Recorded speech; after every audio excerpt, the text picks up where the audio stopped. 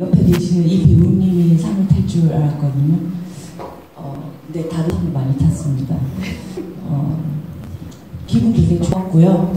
그리고 사실 이 영화제하고 파트타게 이렇게 성남문화재단에서 제 영화를 상하게 됐는데, 사실 성남문화재단은 제가 이번 제작 지원금을 받게 된 처음 지원금을 받게 된 곳이고요. 그리고 저한테는 되게 감사하고 특별한 곳이기도 합니다. 그러니까 이 영화가 만들어질지 어쩔지 모르는 상태에서 무작정 시나리오를 썼는데 여기에 지원하게 됐고, 운 좋게 여기서 지원금을 받게 돼서 이 영화가 완성되게끔 하는 원동력을 여기서부터 출발하게 된 거라서 저는 오늘 이 자리 되게 뜻깊고 진심으로 감사하게 생각합니다. 만나서 반갑습니다. 아무도 시나리오를 알아봐주지 않을 때 어떻게 보면은 선뜻 제작 지원을 해준 곳이군요. 네, 처음으로 진짜 이곳에서 만나는 이유가 있었습니다. 감독님께서 여우 주연상을 받을 줄 알았다, 여배우상을 받을 줄 알았다라고 했는데 그건 안 된 거네요. 너무 기분 좋죠. 저는. 안녕하세요. 저는 강말금이라고 하고 찬실이 역 맡았습니다. 네, 그러면 이제 그 감독님이 상을 3개나 받으셔서 제가 이 상 때문에 주연상을 못 탔다라는 소리를 들어서 너무 좋고요. 예, 저는 작년 가을에 이 시나리오를 받았는데 보면서 여기서도 찍었거든요. 바로 옆 1층 거기서 찍고 뭐 도시락 먹고 이런 거 찍어가지고 오늘 옛날 생각도 많이 나고, 예, 보면서 정말 사실 제가 지금 나이가 42인데요. 42에 이렇게 보통으로 생긴 여배우가 어떻게 이런 멋진 영화의 주인공을 하겠습니까? 너무너무 좋더라고요. 기분이 좋고 또 성남문화재단에 새삼스럽게 너무 감사했습니다. 오늘 와주셔서 감사합니다. 영화에서는 사실 감독님과 헤어스타일이 비슷하다라고 생각을 했는데 조금 그 사이에 머리가 길었던 건가요? 그때는 1년이라는 세월이 흘러서 네. 예, 1년 전에 찍었습니다. 네, 그 커트머리는 일부러 감독님과 설정을 하셨던 거였어요? 그런 건 아니었고, 제가 그 전에 다른 연극을 할 때 커트를 쳤는데, 예, 근데 정말 잘 됐네요. 보니까 이걸로 하면 좀. 아니, 이 영화를 두고 사실은 김초희 감독님과 좀 약간 찬실이 캐릭터가 거의 겹쳐진다라는 얘기를 하는데, 저는 그래서 강압적으로 어떻게 보면은 감독이 우겨서 이 헤어스타일을 좀 고수를 했다라고 생각을 했고, 찬실의 캐릭터를 만드는 데 있어서도 감독님의 여러 이제 영화계에서 경험, 프로듀서부터 출발해서 했던 경험이 시작이 아니었을까라는 생각을 했었거든요. 그래서 감독님한테 어떻게 찬실이, 진짜 이름도 어떻게 찬실이에요? 한국 영화 100년차 안에 저는 찬실이라는 이름 처음 봤고 앞으로도 진짜 못 볼 것 같은데, 찬실은 어떻게 태어났나요? 네. 글을 쓸 때 어떤 인물의 이름에 의미를 두면 거기에 더 힘을 받고 잘 써지게 되는 것 같아요. 처음에 이 시나리오 썼을 때 극중 인물 이름은 미옥이라는 이름이었거든요. 네. 가사 도우미랑 잘 어울리는 촌스러운 이름일 것 같아서 미옥을 지어줬었는데, 그 즈음에 미옥이라는 영화가 개봉을 했었어요.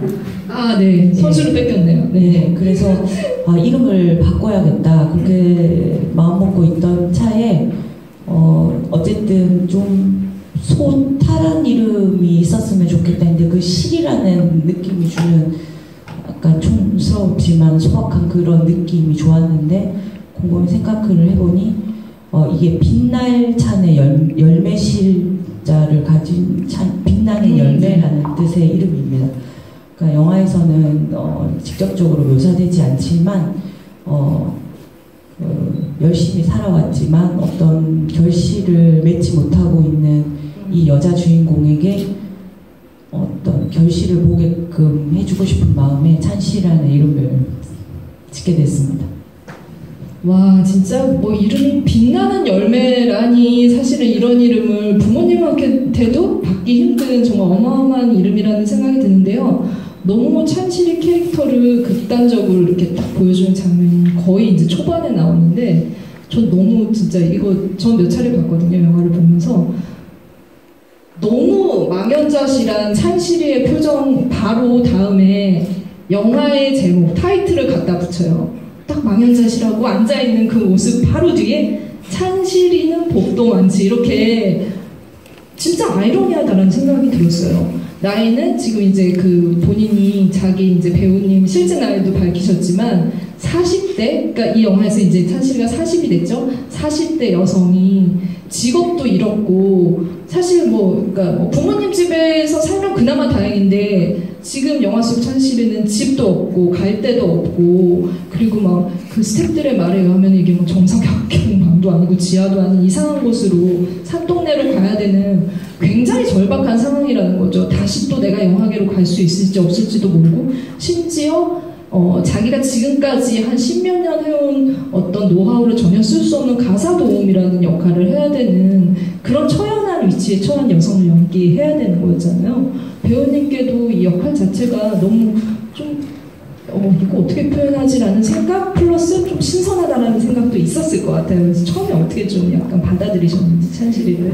예, 저는 어느 날 갑자기 메일이 왔어요. 그때 작년 가을이었는데 그래서 메일을 감독님께서 써주신 메일이었고 그리고 거기 시나리오하고 단편 영화가 첨부가 돼 있었고 그전 작품들. 네. 예, 이 시나리오를 지하철에서 집으로 돌아가면서 읽는데 너무 재미있는 거예요. 그리고 사실 정말 꿈만 같았습니다. 제가 연극을 이제 주로 하는 배우이고 또 단편 영화를 여러 편 찍긴 했지만 이런 시나리오가 아주 정중하고 간곡한 편지와 함께 나한테 왔다는 것은 정말 너무 행복한 일이었고요. 믿을 수 없을 정도로 행복한 일이었고 그리고 막상 하기로 하고 대본을 보니까 저는 이 인물이 말씀하셨다시피 사정이 너무 처연하다 보니 거기에 또 좀 빠진 것 같아요. 그래서 오늘도 사실 영화를 보면서 좀 더 시원시원하게 연기했으면 좋았을 텐데 하는 부분들이 많았는데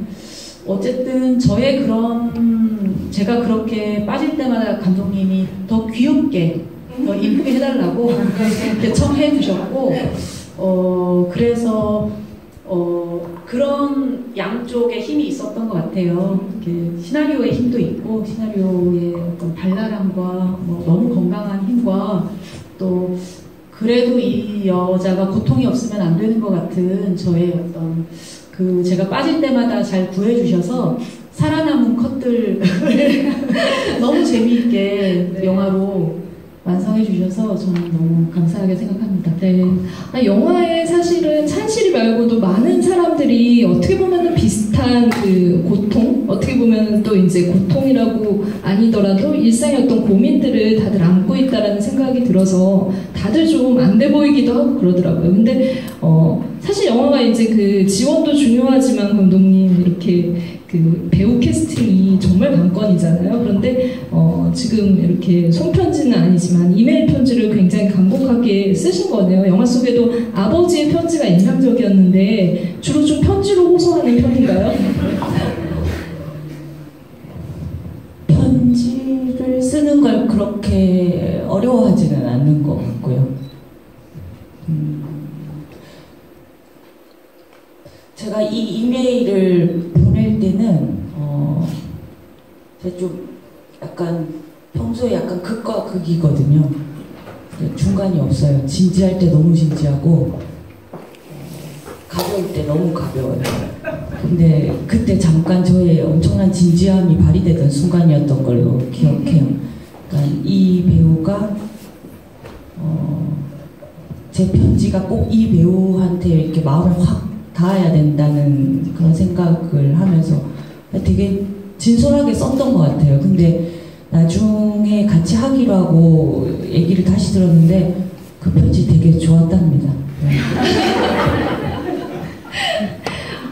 아니 진짜 그 편지는 나중에 좀 약간 1만 만약에 개봉하고 1만 이상의 관객이 들면은 이렇게 공개를 하는 것도 진짜 고려해 볼 만한 감독님의 어떤 그런 것들을 느끼고 싶네요. 저도. 네. 뭐라 썼는지 기억은 잘 안 나지만 공개해도 될걸요? 아마 잘 알겠습니다. 썼을 거예요. 네, 그럼 일만 이후에 네, 공개를 뭐 배우님 말씀도 하셨지만 주로 단편 영화와 연극에서 또 활약을 하셨고 아마 이제 그 관객분들 중에는 오늘 이제 제대로 이 강맑은 배우가 얼마나 많은 가능성을 가지고 있는지 확인하는 자리였을 것 같은데 감독님은 먼저 이렇게 그 가능성을 확신을 하신 거잖아요. 왜 찬실이는 강맑은 배우가 했어야 했나요? 우선 PD라는 직업이 굉장히 일반인들한테는 생소하면서도 헛갈리는 직업인 것 같아요. 헛갈리는 직업. 네, 그러니까 PD 하면 이제 방송국 PD는 연출자를 말하는 거고, 영화 PD는 정확하게 무슨 일 하는지 잘 이렇게 정확하게 일반인들 모를 수 있고, 근데 그 직업적인 특성을 질문이 뭐였죠? 왜 강맑은 배우가 그래서 알려지지 않은 얼굴이어야지 더 사람들한테 리얼하게 그 느낌이 갈 거라는 생각이 들었던 차에 정동진 독립영화제에 갔다가 자유연기라는 단편을 보게 됐어요. 거기서 이분이 연기하고 있는 역할은 지금의 찬실을 떠올리기 힘들 정도로 리얼하면서도 되게 안타까우면서도 좀 처절하지 않나요? 굉장히 어떻게 보면은 오히려 무겁다고 할 수 있었죠. 네. 간단하게 말해서 무거운. 근데 마지막 부분에 안톤 체홉의 갈매기 니나의 독백을 하는 장면이 있었어요. 여기서 막 울기도 하고 자기 얘기를 하는데 그냥 이렇게 쳐다보고 있는데 그냥 저 사람이 찬실이 되었으면 좋겠다라는 그런 생각했던 것 같아요. 연기를 잘 하기도 했지만 그거보다 저한테 더 강렬했던 건 이 영화는 굉장히 열심히 살아온 인물이어야 된다고 생각했는데 이분 얼굴 속에서 진중함과 진정성이 느껴졌어요. 그거는 되게 귀한 거라고 생각하고 무명이라서가 아니라 어떤 배우도 잘 가지기 힘든 그런 얼굴이 있는데 그런 굉장히 매력적이고 좋은 얼굴을 가진 배우라는 확신이 들었어요. 그래서 만나게 됐고 성격은 비록 다르지만 잘할 수 있을 것 같다는 생각에 의기투합했습니다. 네. 감독님의 확신에는 박수를 한번 드려야 될 것 같아요. 분명히 찬실이는 복도만치로 사실 강맑은 배우를 우리가 좀 한 뼘 더 알아가는, 물론 좀 이렇게 독립영화 많이 보신 분들은 실력자라는 걸 이미 알고 있지만 이 작품으로 인해서 더 많은 이제 그런 알릴 기회가 있다라는 생각이 들고요. 그런데 진짜 원래 그 전에 했던 작품들은 조금은 무거운 역할들을 많이 하셨었어요. 그런데 이 PD 프로듀서 무슨 일을 하는지도 정확히 모르는 이 사람이 가지고 있는 정말 유머러스함, 그리고 어떻게 보면은 진짜 완전 바닥까지 갔는데도 의지를 드러내는 그런 부분들은 굉장히 좀 약간 신기한 캐릭터라는 생각은 들었었거든요. 그래서 배우님도 그 톤을 잡는 거에 대해서는 감독님과 얘기를 많이 나누셨을 것 같고 연구도 많이 하셨을 것 같고 그렇습니다. 그런데 사실 이제 굉장히 진하게 부산 사투리를 쓰잖아요. 근데 저도 로컬은 아니지만 이 사투리가 어떻게 보면은 부산 사투리를 쓰는데 서울에서 오래 살았던 사람이 할 수 있는 굉장히 정교하고 디테일하고 미묘한 사투리라고 알고 있어요. 그래서 이걸 좀 왜 이렇게 고수를 했는지 감독님한테도 얘기를 들어봐야 되겠고 배우님한테도 얘기를 좀 들어봐야 될 것 같습니다. 먼저 하시죠. 기회를 드리겠습니다. 드리게 하십시오. 이제 초이 감독님이 이 사투리를 쓰시고 또 초이 감독님의 모습이 좀 많이 들어있는 영화라서 제 사투리, 저도 부산 사람이거든요. 근데 또 여기 성남에 왔으니까 또 성남 말을 지금 써봤고, 네.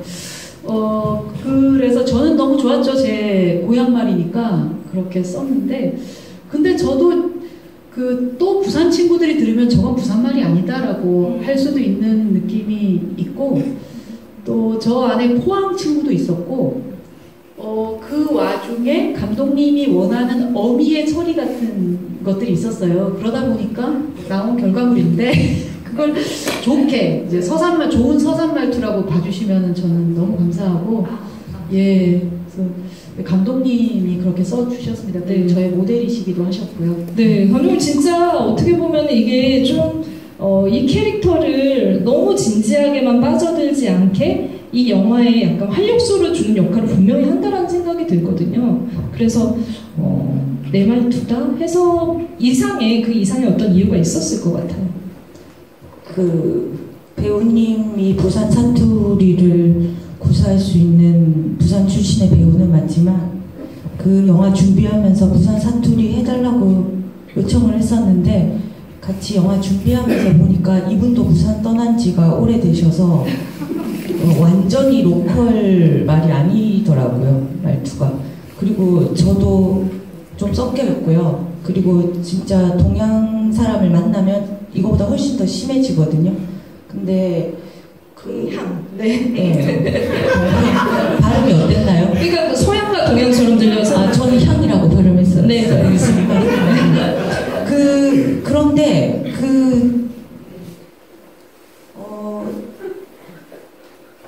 완전 세게 사투리를 하는 것보다 좀 부산 사람이 듣기엔 좀 어색함이 있어도 그렇게 말투를 그냥 나오는 대로 편안하게 하는 게 이 영화에 어울릴 것 같더라고요. 그래서 이게 어울릴 것 같아서 이렇게 한 것 같아요. 찍은 지 오래돼서 기억이 잘 안 나네요. 잘하셨습니다. 네. 정말 유일무이한 캐릭터가 탄생했다는 생각이 들고요. 제가 이제 그 사투리와 캐릭터 얘기를 말씀을 드렸던 이유는 지금 이제 장편은 여러분들이 처음 보시지만 기존의 단편 작품을 김초희 감독이 3편을 만들었어요. 근데 하나같이 이상해요. 진짜. 하나같이 그렇게 웃길 수가 없어요. 그러니까 뭐 예를 들면은 이제 그 윤여정 선생님과 그리고 또 정유민 배우가 나왔던 그 영화 같은 경우에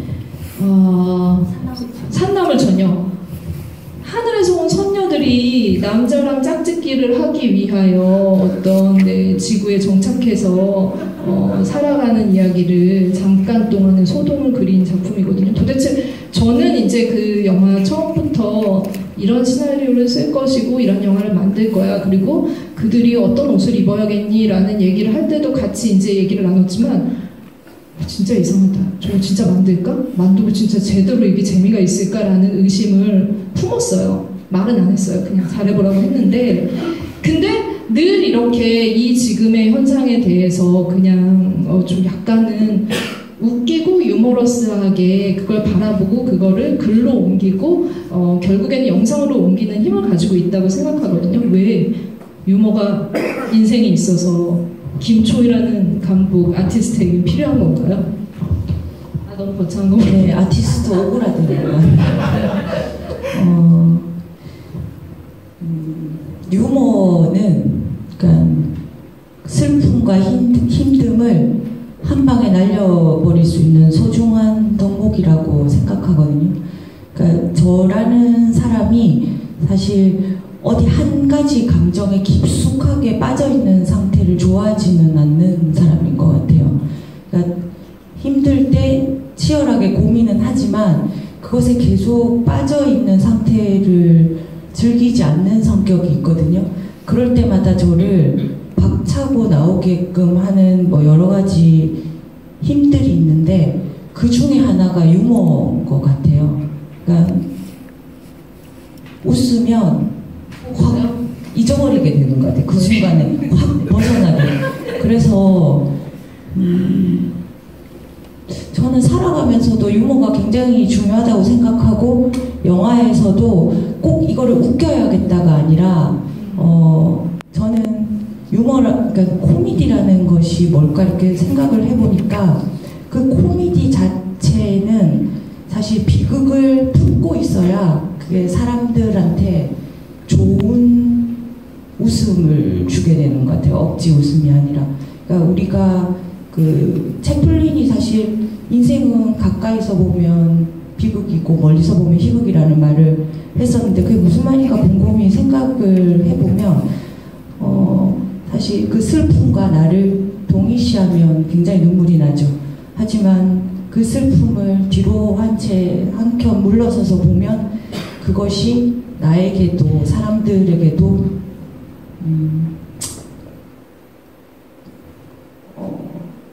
비극을 품고 있는 웃음을 줄 수 있는 것 같아요.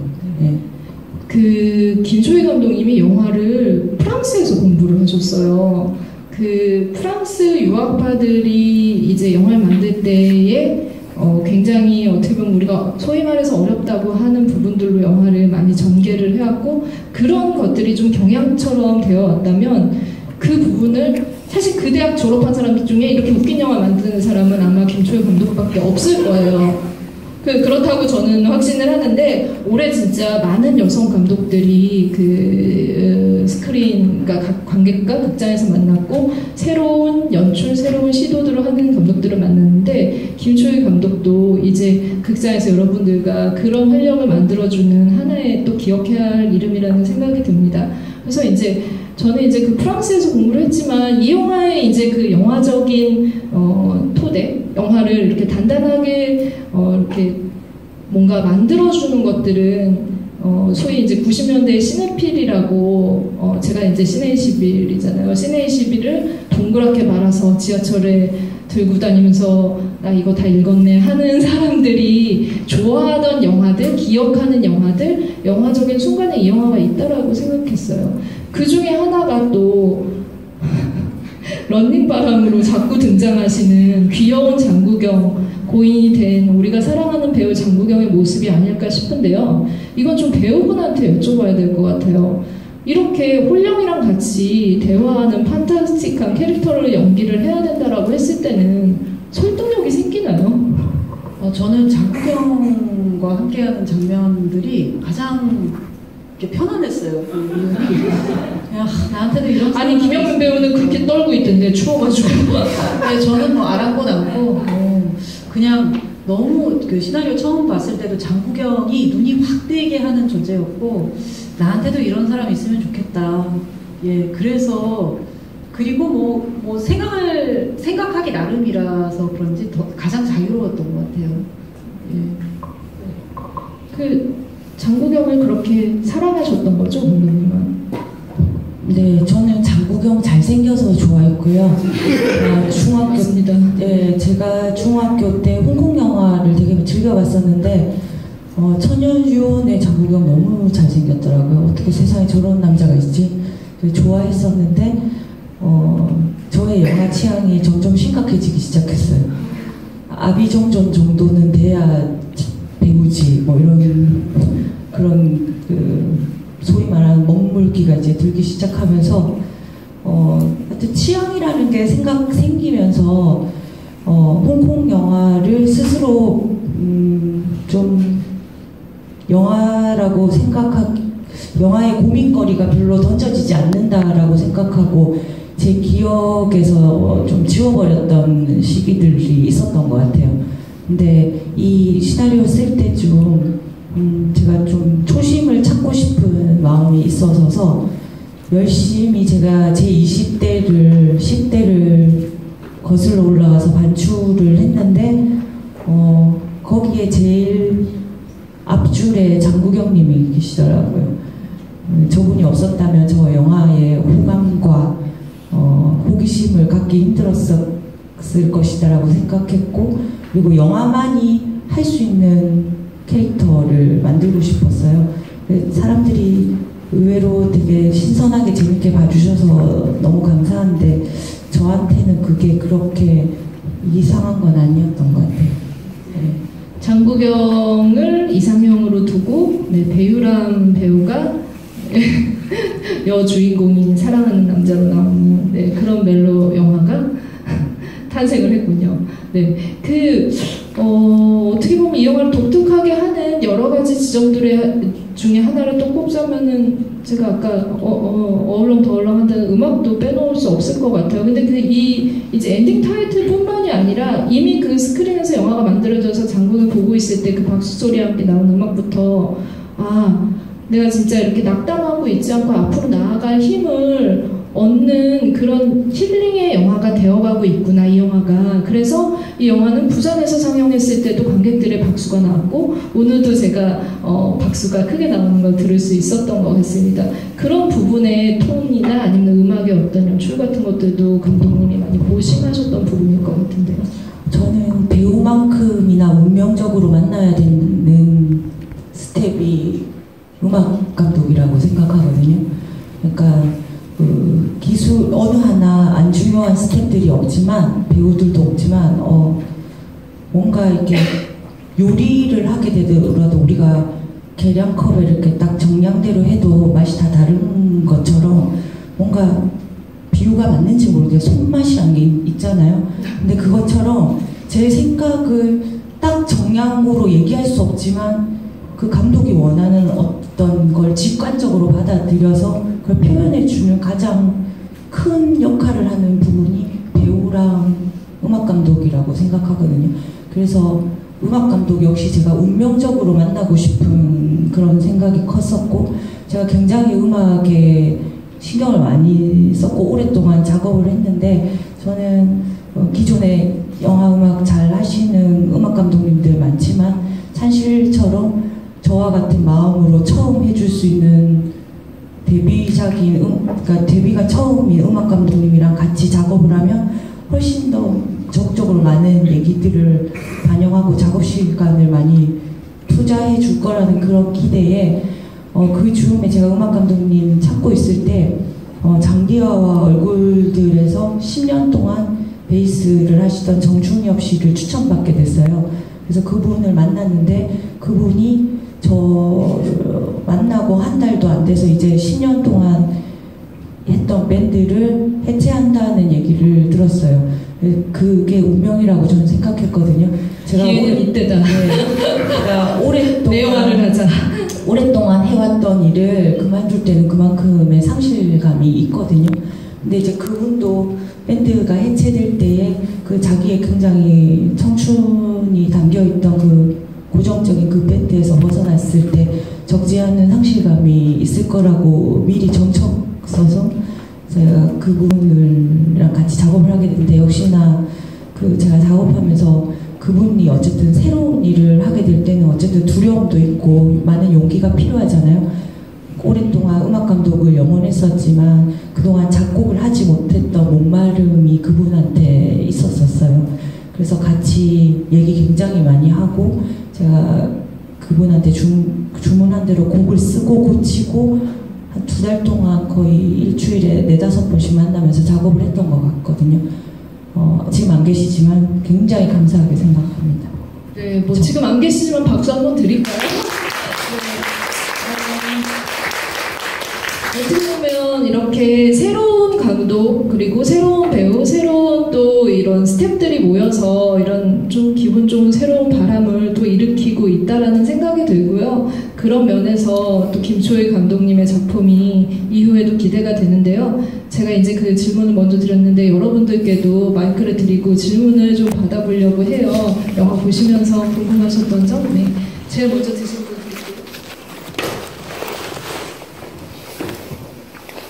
네, 감독님께 질문 드립니다. 마지막에 찬실이가 연출한 것으로 보여지는 영화를 보는 사람은 왜 일반 관객이 아닌 장국영이었어야만 했는지 그 이유가 궁금합니다. 자유롭게 보시기를 원해서 제가 이렇게 얘기하면 이제 고정화될까 걱정이 되기는 한데 그렇게 보시는 것도 맞고요. 제가 제 마음에는 이 마지막 엔딩 쓸 때 굉장히 여러 가지 생각을 했는데 지금 영화에 나오는 이 장면은 찬실이가 앞으로 만들게 될 영화가 아니라 아직 우리에게 도착하지 않은 영화를 말하거든요. 그래서 최대한 화면 그 극장에서 나오는 장면이 어떤 텍스트로 읽히지 않고 의미로 읽히지 않고 무의미하게 된 그런 영상이기를 바랬어요. 그리고 영화가 어쨌든 기차에서부터 시작돼서 탄생해서 여기까지 왔기 때문에 그 저희가 믿고 싶고 하고 싶고 보고 싶은 아직 우리에게 도착하지 않은 영화를 찬실이가 보게 될 수도 있다라는 그런 의미로 그 씬을 만들었고요. 거기에 장국영만 등장하게 된 거는 장국영은 우주에서도 지구에서도 우리를 응원하고 있기 때문에 그거를 미리 앞서서 볼 수 있는 존재라고 생각해서 거기에 있게 된 겁니다. 울컥하네요. 진짜 장국영 얘기만 나와도 이 영화에 너무 울컥한 부분들이 많아요. 사실은 정은님 아나운서의 목소리 들을 때도 마찬가지 감정들이 있었는데 그 소피가 그 보던 그 시나리오는 사실 상당히 많이 영화로 이렇게 그 장면으로 찍으려고 해도 상당히 많이 쓴 거여서 저도 좀 궁금했던 건 다음 작품 혹시 잠깐 보여주실 거 아니에요? 제가 써놓은 시나리오 맞고요. 다음 영화가 만들어지기를 소망하는 마음에 제 시나리오를 네, 이 작품이 잘 돼야지 그 전체로 볼 수 있거든요. 아직 도착하지 않았다고 하니까 그걸 좀 기다려 보겠습니다. 질문을 또 받아볼게요. 질문 있으신 분 손 들어주세요. 네, 정말 그 손이 이렇게 올라갔다가 내려가신 분 있는 것 같은데 헛것이 보였나요? 네, 장국영 씨 보입니다. 저기 지금. 네. 질문, 네. 안녕하세요. 감독님한테 질문인데요. 그 찬실이랑 김영이라는 캐릭터를 보면 지금 감독님 말씀하시는 거 보면 약간 제 느낌이 나는데 김영이라는 캐릭터도 감독님한테 약간 나온 그런 느낌이 있는 건지 궁금해서요. 그 김영이라는 또 이름을 지어줄 때 그 영은 영어의 영이거든요. 네. YOUNG.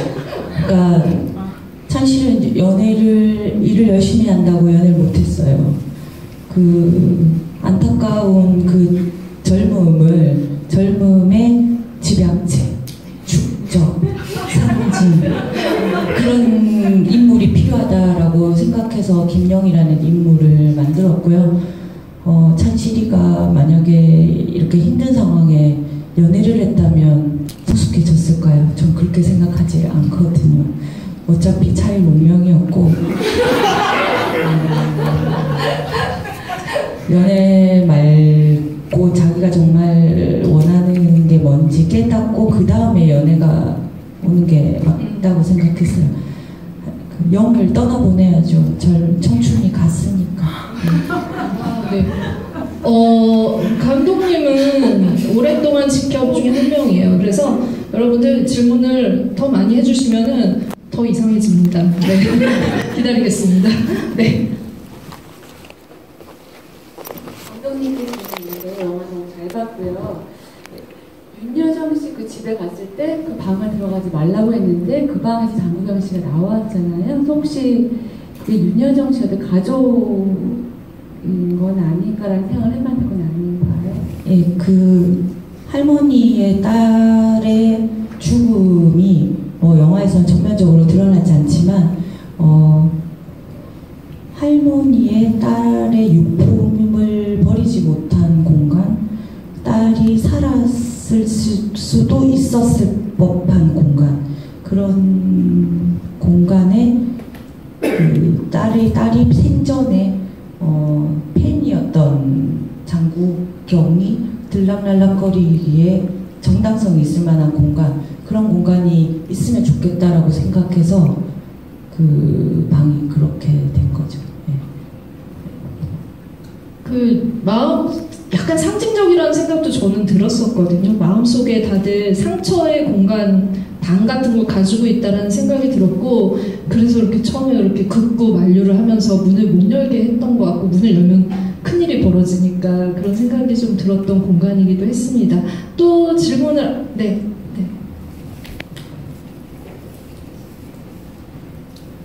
저 저는 여기서 많이 공부를 하고 있거든요. 근데 저희 강의실에서도 촬영이 있고, 저 계단에서도 제가 익숙하게 왔다 갔다 하던 공간에서 영화가 촬영돼서 굉장히 느껴요. 찬실이는 이 영화가 굉장히 유머러스하잖아요. 근데 찬실이가 보통 때 불렀던 노래나 나중에 어코디언으로 연주할 때 그 노래가 이풍진 세상에 그 음악을 쓰신 그 이유를 알고 싶어요. 이 독립 영화는 참 예산의 구애를 되게 많이 받아요. 그래서 곡을 연주하더라도 저작권료가 없는 곡들이 더 뜨이거든요.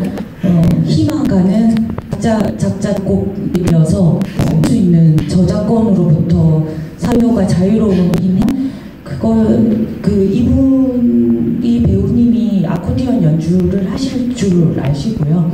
그리고 거기에서 연주할 수 있는 곡을 제가 부탁을 드렸었는데 카톡으로 녹음이 왔는데 이분 원래 집시의 시간 그 주제곡을 연주하실 줄 아시더라고요. 연습을 했었을 때. 근데 저는 사실 그 곡을 제일 쓰고 싶었죠. 하지만 그 곡을 쓸 수 없는 상태에서 이분이 연주할 수 있는 곡들이 막 무수히 왔는데 그 중에 하나가 희망가였어요. 근데 영화랑 굉장히 잘 어울린다고 생각을 해서 그 곡을 선택하게 된 거예요. 예. 아니 사실은 이제 찬실의 어떻게 보면 인생 영화가 집시 시간이었는데 5인1로 아코디언을 또 연주를 하실 수 있으셨던 거예요? 예, 저는 이렇게 평생의 악기 하나 갖는 게 제 소원이었어요. 그래서 어렸을 때 피아노를 못 배워서, 그리고 제가 30살에 배우를 시작했는데 그 극단이 서커스를 많이 하는 극단이었거든요. 그래서 아코디언이라는 악기를 알게 됐지만 너무 저 어렸을 때 안 배우니까 그냥, 그리고 극단을 나오고 나서 아코디언을 빚을 내서, 아까 저한테 돈 빌려줘 내가 여기 앉아있었는데 딸하고 같이 나갔는데 그 친구가 돈 빌려줘서 60만 원짜리 아코디언을 하나 샀고, 이게 이제 보신 아코디언이었고요. 그래서 이제 제대로 배운 기간은 되게 짧고, 좋아하는 곡만 하루에 30분씩 한 5년 정도 연습을 했는데, 그게 이제 개인적으로는 인생의 자랑입니다. 이게 어렸을 때 못 배워도 할 수 있다는. 근데 지금은 할 수 있는 곡이 몇 곡 안 되고, 여기 나왔던 희망가는 제가 로풍찬 유랑극단이라는 연극을 했을 때 그 연극에서 처음 음악 감독님 통해서 소개받은 곡이었는데 감독님 좋아하셔가지고 쓰게 됐습니다. 와, 진짜 들으면 들을수록 운명적으로 찬실이 캐릭터를 맞출 수밖에 없었다라는 생각이 들고요. 연주를 너무 잘 들었으니까 박수를 한번 드립니다.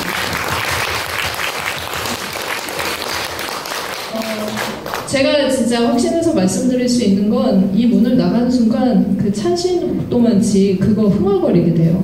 제가 그냥 미리 경험한 사람으로 얘기를 드리자면, 그리고 자꾸 감독님이 옆에서 자꾸 흥얼거리고 있어요, 지금도. 네. 그래서 이 영화를 좀 많이 사랑해 주셔서 제목처럼 그런 박복하지 않고 정말 복이 많은 영화가 됐으면 하는 바람이고요. 오늘 질문은 여기까지 받을게요. 오늘 관객과의 대화를 통해서 감독님과 배우분 만나셨는데 어떻게 재밌으셨어요? 네.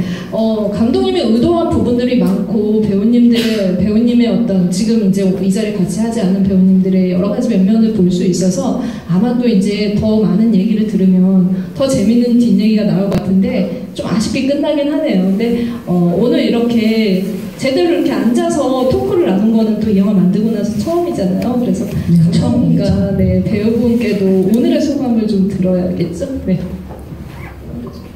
오늘의 소감. 저는 사실 연극을 하다가 영화를 하게 되면 내 모습을 모니터를 하게 되는데요. 그게 너무 민망했었고 아직도 극복이 잘 안 돼요. 그래서 그 사실 때문에 제가 나온 어떤 영화가 관객 한 분 한 분의 사랑을 받아도 제가 민망함이 너무 앞서서 그걸 잘 못 느꼈는데, 이번에 부산국제영화제 다녀오고 또 저도 영화에서 제 모습을 본 지 좀 시간 훈련도 되고, 또 제가 이번 영화제에서 크게 느낀 건 영화가 굉장히 많은 제작비와 오늘 너무 훌륭한 배우님들과 스태프분들 많은 분들로 확장이 됐다가 다시 관객 한 분 한 분으로 가는데 처음 시작은 처음 작자 연출님, 감독님의 마음에서 시작된다. 한 가지 이야기를 하고 싶다라는 그런 걸 영화제에서 느끼고 왔어요. 그러고 나서 여기에서 함께 영화를 보니까 다른 기분이 들고 여기 와주신 한 분 한 분이 너무너무 감사하다는 생각이 들고 이제서야 시작하는 마음입니다. 와주셔서 너무 감사합니다.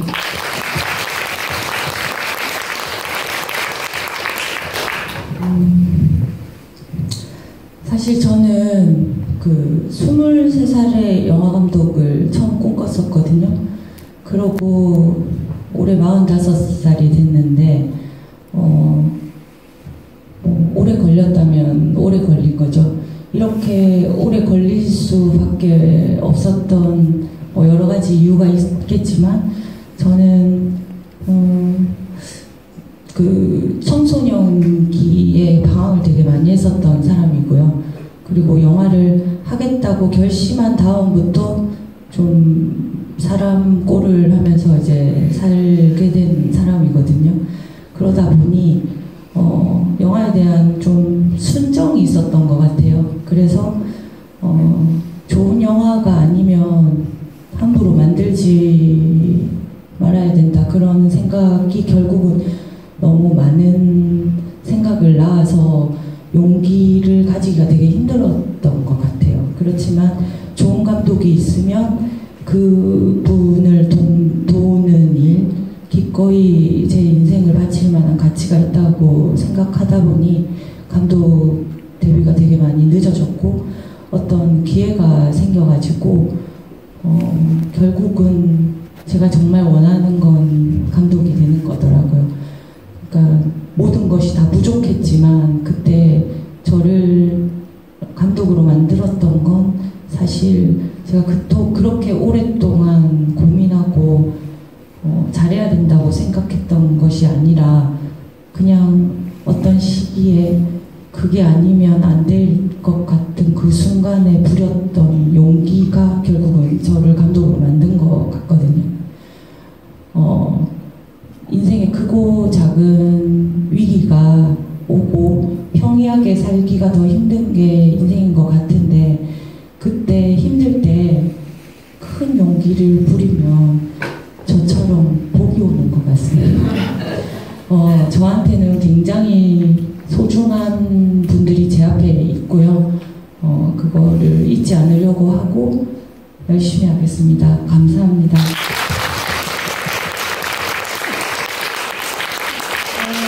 네. 오늘 다 나이 밝힌 건 아니죠? 저는 안 밝히고 이 자리를 떠나려고 하고요.